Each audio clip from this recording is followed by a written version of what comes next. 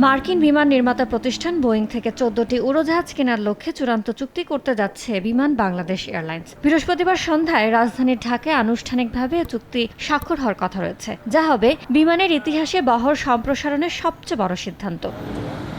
জানা গেছে, বিমান বাংলাদেশ এয়ারলাইন্সের পক্ষে ব্যবস্থাপনা পরিচালক ও প্রধান নির্বাহী কর্মকর্তা কাইজার সোহেল আহমেদ এবং বোয়িংয়ের পক্ষে তাদের প্রতিনিধি চুক্তিতে সই করবেন।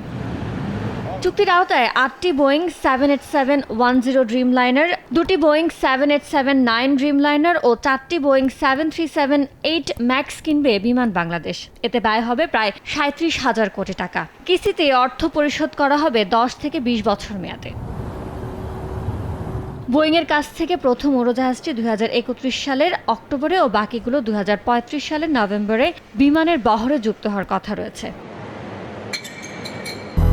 ২০০-র বেশি সার্ভিস ও ফিচারে লেনদেনের সব বিকাশ অ্যাপে সম্ভব। সংশ্লিষ্টরা জানান, ড্রিমলাইনারগুলো ইউরোপ, মধ্যপ্রাচ্য ও এশিয়া রুটে এবং 373 ম্যাক্স উড়োজাহাজগুলো আঞ্চলিক বিভিন্ন রুটে চলাচল করবে। এয়ারক্রাফট লাগবে দুটো রিজনের জন্যই। একটা হলো যে মার্কেট শেয়ার নিতে হবে, আর নাহলে তো কোনোদিনও গ্রোথ হবে না। From different destinations and then from going on to other different destinations. তো বিমানকে তো সেভাবেই নেটওয়ার্কিংটা করতে হবে। বিমানের এই বড় আকারের ক্রয়াদেশ নিয়ে গত ৩ বছর ধরে বোয়িং ও এয়ারবাসের মধ্যে প্রতিযোগিতা চলছিল। বিগত আওয়ামী লীগ সরকারের সময় 10টি এয়ারবাস কেনার একটি নীতিগত সিদ্ধান্ত নেওয়া হয়েছিল।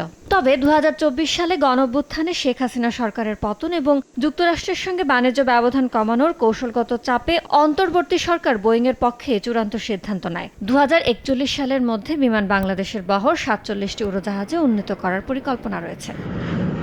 ইয়ানুর শিফাত, সময় সংবাদ, ঢাকা।